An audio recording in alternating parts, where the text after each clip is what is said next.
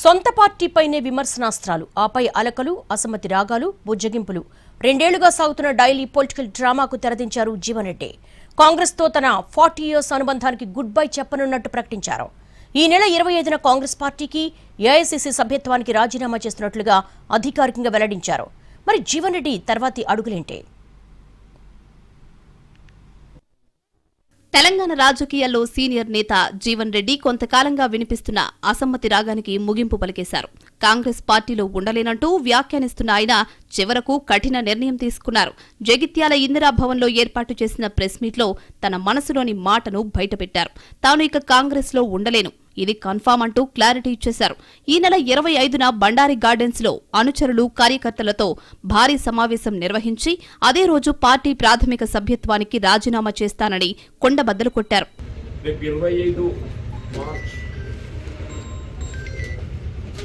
Congress party సభ్యత్వానికి అట్లాగే అఖిల భారత కాంగ్రెస్ పార్టీ సభ్యత్వం నేను కలిగి ఉన్నాను. ఏసీసీ సభ్యత్వం నాకు సుదీర్ఘ ప్రజాక్షీతో 4 దశాబ్దాల పైగా కాంగ్రెస్ పార్టీతో కలిగి ఉన్నటువంటి అనుబంధాన్ని తెంచుకునేటువంటి పరిస్థితి రావడం కొంత బాధాకరంగా ఉన్నది, ఉంటుంది కూడా. కానీ జరుగుతున్న పరిణామాలు ఏదైతుందో ఏ విధంగా కూడా ఎంత దాన్ని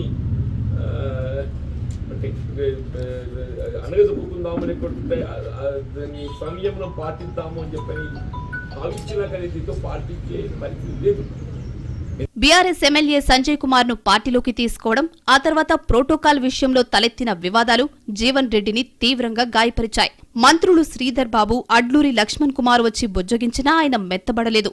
సమస్యకు పరిష్కారం మీ దగ్గర లేనప్పుడు వేచి చూడటంలో అర్థం లేదని వారికి స్పష్టం చేసినట్లు జీవన్ రెడ్డి వెల్లడించారు. 2023 ఎన్నికల్లో ఆయన ఓడిపోయి పార్టీ అధికారంలోకి రావడం, ఆయనకు ఎమ్మెల్సీగా 20 నెలల పదవీకాలం ఉన్నప్పటికీ మంత్రి పదవి దక్కకపోవడం, ఆ తర్వాత నిజామాబాద్ ఎంపీగా పరాజయం, అటు ఎమ్మెల్సీ పదవీకాలం ముగిసిన తర్వాత ఎమ్మెల్యేల కోటాలో తిరిగి ఎమ్మెల్సీ వస్తుందని ఆశించిన జీవన్ కు ఆశాభంగం తప్పలేదు. ఇవన్నీ ఒకెత్తైతే తనను వరుసగా 2 సార్లు ఓడించిన రాజకీయ ప్రత్యర్థి సంజయ్ కుమార్ కాంగ్రెస్ లో చేరి పెత్తనం చేయడం ఆయనను మరింత కుంగదీసింది. అయినా జీవన్ రెడ్డి ఏమాత్రం తగ్గకుండా అవకాశం దొరక్కపోయినా కల్పించుకుని మరీ తన అసమ్మతి రాగాన్ని ఆలపిస్తూనే ఉన్నారు. తన ప్రధాన అనుచరుడు గంగారెడ్డి హత్య తరువాత పార్టీ తీరుపై ఆయన భగ్గుమన్నారు. మున్సిపల్ టికెట్ల కేటాయింపులోనూ తన మాటకు విలువ ఇవ్వలేదని ఆయన ఆరోపిస్తున్నారు. అందుకే పదవుల కోసమైతే మరో 2 ఏళ్లు కాంగ్రెస్లోనే ఉండేవాడినని, కానీ విలువల్లేని రాజకీయం చేయలేకనే బయటకొస్తున్నానని ప్రకటించారు. ఇక ఇప్పుడు అందరి కళ్లు జీవన్ రెడ్డి నెక్స్ట్ స్టెప్ పైనే ఉన్నాయి. రాజకీయ వర్గాల్లో 2 రకాల ప్రచారాలు సాగుతున్నాయి. ఒకటి, ఆయన బీఆర్ఎస్ లో చేరడం. మరోవైపు బీజేపీ ఎంపీ ధర్మపురి అరవింద్ కూడా జీవన్ రెడ్డికి మద్దతుగా నిలుస్తూ కమలం గూటికి ఆహ్వానిస్తున్నట్లు తెలుస్తోంది.